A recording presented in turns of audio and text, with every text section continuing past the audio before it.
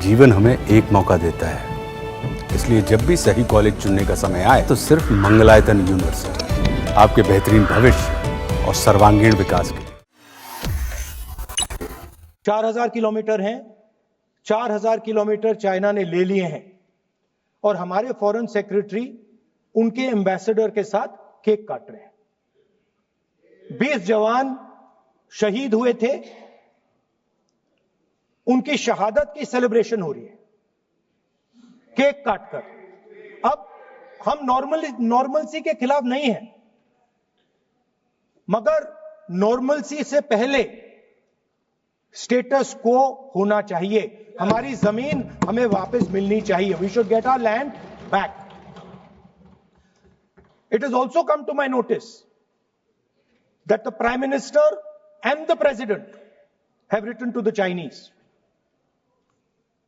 We are not finding out from our own people. It is the Chinese ambassador who is telling the people of India that the Prime Minister of India and the President of India have written to them.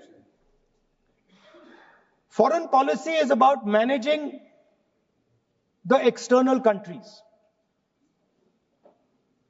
You have given China 44,000 square kilometers of land. On the other side, our ally suddenly decides to impose tariffs on us, 26%, which is going to completely devastate our economy. एक महत्वपूर्ण विषय जो आपके माध्यम से मैं सदन में उठाना चाहता हूं, जब से भारत आजाद हुआ तब से हमारी सीमाओं पर रक्षा करने की जिम्मेदारी भारतीय सेनाओं की थी।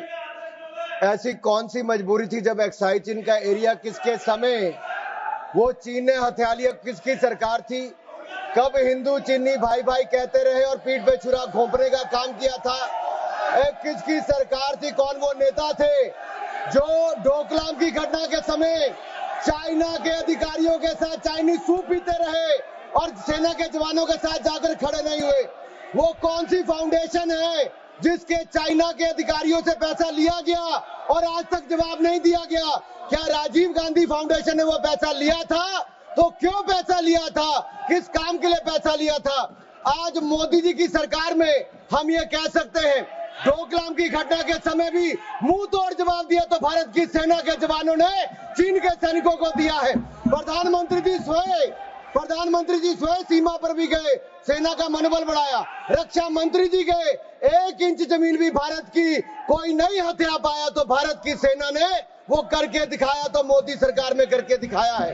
कुछ लोग चीन के साथ मिलकर झूठे आरोप लगाते हैं और अपनी राजनीतिक रोटियां सेकते हैं। ये केवल राजनीति करते हैं, इनको कुछ नहीं मिलने वाला। इनको जवाब देना होगा कि चाइना से राजीव गांधी फाउंडेशन ने पैसा क्यों लिया साहब।